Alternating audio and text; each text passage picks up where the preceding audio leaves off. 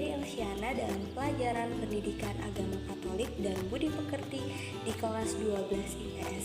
Nah anak-anak, hari ini Ibu harap kalian bisa belajar dengan baik dan tetap semangat. Nah anak-anak, jika materi kita minggu yang lalu kita membahas tentang agama Islam, maka sekarang kita akan membahas tentang agama Kristen. Nah, Kristen berkembang di Indonesia itu selama masa kolonial Belanda, yaitu VOC pada sekitar abad ke-16. Nah, kebijakan VOC yang mereformasi Katolik dengan sukses itu berhasil meningkatkan jumlah penganut paham Kristen Protestan yang kemudian disebut Kristen di Indonesia. Nah, agama ini berkembang sangat pesat pada abad ke-20 yang ditandai oleh kedatangan para misionaris dari Eropa ke beberapa wilayah di Indonesia seperti di wilayah Papua bagian barat dan lebih sedikit di Kepulauan Sunda. Baik anak-anak, sekarang kita akan melihat sejarah singkat pemisahan gereja. Yang pertama, Gereja Lutheran. Keadaan gereja pada abad ke-16 mengalami kemerosotan moral yang sangat memprihatinkan. Paus saat itu menjadi sangat berkuasa, di mana Paus memegang supremasi baik dalam urusan gereja maupun politik kenegaraan. Kemudian Paus tampil sebagai penguasa tunggal yang cenderung otoriter. Kemudian, komersialisasi jabatan gereja dipertontonkan secara terbuka. Banyak pejabat gereja menjadi pangeran duniawi dan melalaikan tugas rohani mereka, di mana banyak imam-imam paroki tidak terdidik, kemudian bodoh, tidak mampu berkhotbah, dan juga tidak mampu mengajar umat. Jadi keadaan semacam ini terjadi dalam kurun waktu yang cukup lama. Kemudian teologi skolastik menjadi mandul dan masalah dogmatis dianggap sebagai perdebatan tentang hal sepele antara aneka aliran teologis. Jadi banyak persoalan teologi yang mengambang dan tidak pasti yang muncul pada saat itu. Selanjutnya, banyak kebiasaan dalam umat belum seragam. Iman bercampur tahayul, kesalehan berbaur dengan kepentingan duniawi, sehingga dalam situasi seperti itu banyak orang merasa terpanggil untuk memperbaharui hidup gereja, namun kurang mendapat tanggapan. Kemudian tampillah Martin Luther. Luther mula-mula hanya menyerang masalah penjualan indulgensi, yaitu orang dapat menghapus dosanya dengan cara memberikan sejumlah uang di gereja. Kemudian, Martin Luther yang seorang pastor itu kemudian membela beberapa pandangan baru, khususnya ajaran tentang pembenaran hanya karena iman atau sola fide. Luther menyerang wewenang Paus dan menolak beberapa ajaran teologi sebelumnya dengan bertumpu hanya pada Alkitab sesuai dengan tafsirannya. Nah, anak-anak, pada dasarnya Luther ini sebenarnya tidak menginginkan perpecahan dalam gereja. Ia ingin memelopori pembaruan dalam gereja, tetapi kemudian ia terseret oleh arus yang disebabkan oleh rasa tidak puas yang umumnya dalam umat yang mendambakan pembaruan yang bentuknya itu kurang jelas. Jadi ajaran-ajaran para teolog yang mendukung perbuatan-perbuatan saleh kini diragukan oleh Martin Luther. Anak-anak, menurut Luther, indulgensi, kemudian stipendium untuk misa arwah, kemudian sumbangan untuk membangun gereja, patung-patung yang menghiasinya, ziarah, puasa, kemudian kaul-kaul, semua itu tidak ditemukan dalam kitab suci sehingga ditolak oleh Luther.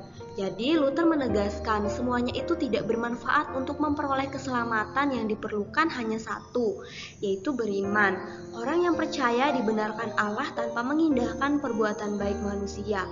Lalu dengan sendirinya orang yang dibenarkan itu akan berbuat baik dengan bebas dan tenang, bukan karena rasa cemas akan keselamatannya.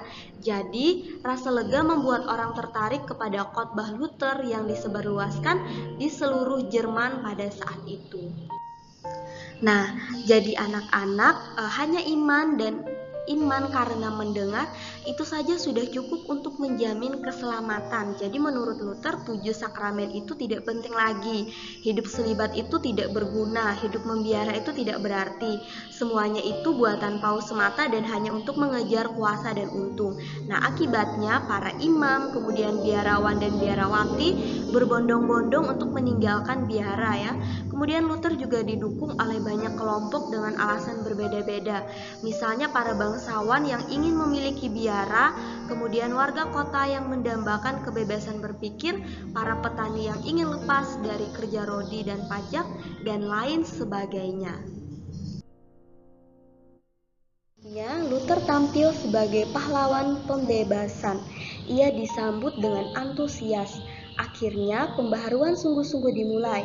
Mula-mula Roma kurang menyadari apa yang terjadi dan kemudian bereaksi keliru, sehingga pada akhirnya tidak mampu mengarahkannya lagi. Nah, jadi anak-anak Luther mulai menyerang umat yang setia kepada Paus. Tuntutannya itu semakin radikal. Kemudian persatuan gereja tidak dicari lagi, bahkan dibiokat. Jadi para bangsawan pendukungnya tidak tertarik pada persatuan kembali, antara lain karena milik gerejani yang mereka rampas tidak mau mereka kembalikan.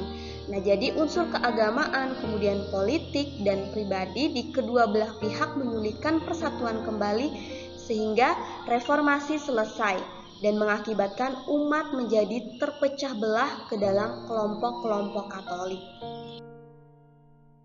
Anak-anak, sekarang kita akan melihat beberapa umat yang terpecah belah ke dalam beberapa kelompok Katolik. Tadi diantaranya yaitu Lutheran, kemudian Calvinis, Anglikan, dan sebagainya. Di sini Ibu mengambil dua contoh. Yang pertama, gereja Calvinis.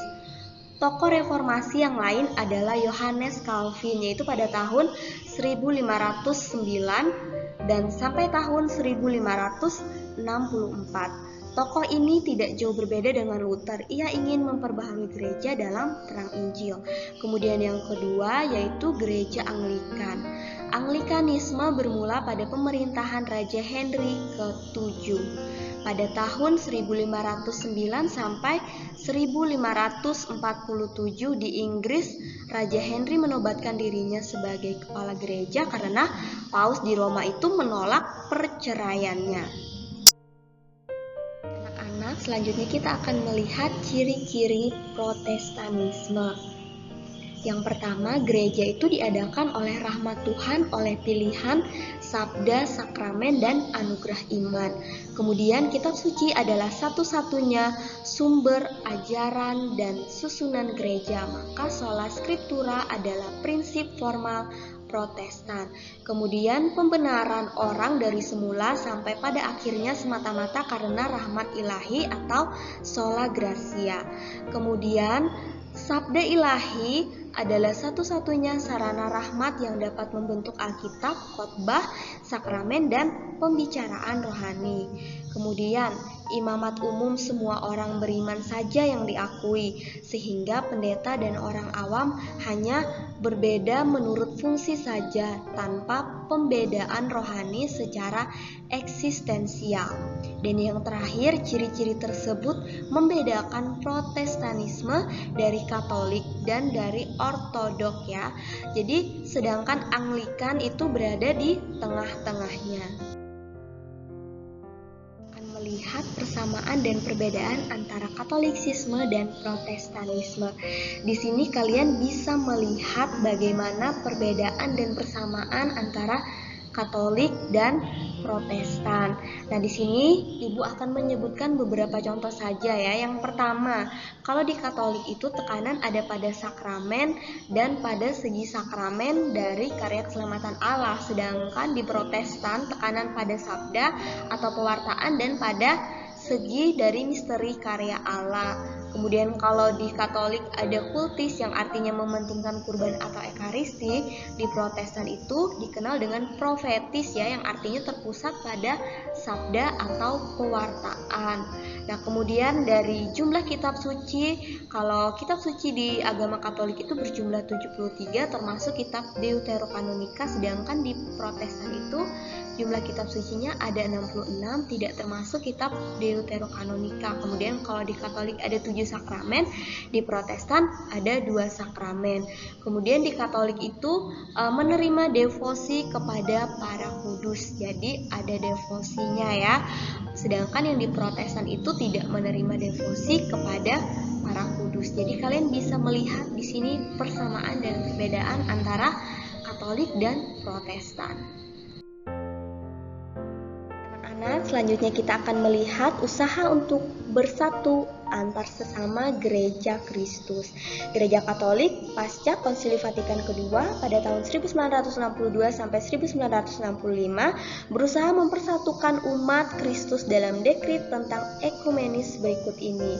Nah, jadi anak-anak sekarang ini atas dorongan rahmat Roh Kudus di cukup banyak daerah berlangsunglah banyak usaha berupa doa, kemudian pewartaan dan kegiatan untuk menuju ke arah kepenuhan kesatuan yang dikehendaki oleh Yesus Kristus. Jadi, Konsili Suci mengundang segenap umat Katolik untuk mengenali tanda-tanda zaman dan secara aktif berperan serta dalam kegiatan ekumenis tersebut.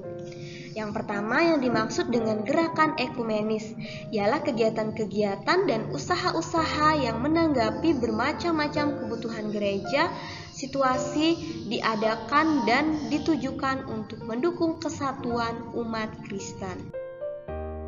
Misalnya, pertama, semua daya upaya untuk menghadirkan kata-kata, penilaian-penilaian serta tindakan-tindakan yang ditinjau dari sudut keadilan dan kebenaran tidak cocok dengan situasi saudara-saudari yang terpisah dan karena itu mempersukar hubungan-hubungan dengan mereka. Kemudian dalam pertemuan-pertemuan umat Kristen dari berbagai gereja atau jemaat yang diselenggarakan dalam suasana religius atau dialog antara pakar-pakar yang kaya informasi yang memberi ruang kepada masing-masing peserta untuk secara lebih mendalam menguraikan ajaran persekutuannya dan dengan jelas menyajikan corak cirinya. Sebab melalui dialog itu semua peserta akan memperoleh pengertian yang lebih cermat tentang ajaran dan peri hidup kedua persekutuan serta penghargaan yang lebih sesuai dengan kenyataan. Begitu pula persekutuan-persekutuan itu menggalang kerjasama yang lebih luas dan lingkup yang lebih luas dalam aneka usaha demi kesejahteraan umum menurut tuntutan setiap suara hati Kristen. Dan bila memungkinkan mereka bertemu dalam doa sehati sejiwa. Akhirnya mereka semua mengadakan pemeriksaan batin tentang kesetiaan mereka terhadap kehendak Kristus mengenai gereja dan sebagaimana harusnya menjalankan dengan tekun usaha pembaruan dan perombakan. Anak-anak, kita harus percaya dan yakin bahwa kesatuan itu tetap lestari dalam gereja Katolik dan kita juga berharap agar kesatuan itu dari hari ke hari bertambah erat sampai kepenuhan zaman. Thank you and God bless us. Baiklah anak-anak, demikianlah materi yang dapat Ibu sampaikan dalam pertemuan kali ini. Semoga apa yang Ibu sampaikan dapat bermanfaat bagi kalian semua. Sampai jumpa di pertemuan yang selanjutnya dengan materi yang baru. Tetap semangat dan jangan lupa jaga kesehatan. Sampai jumpa.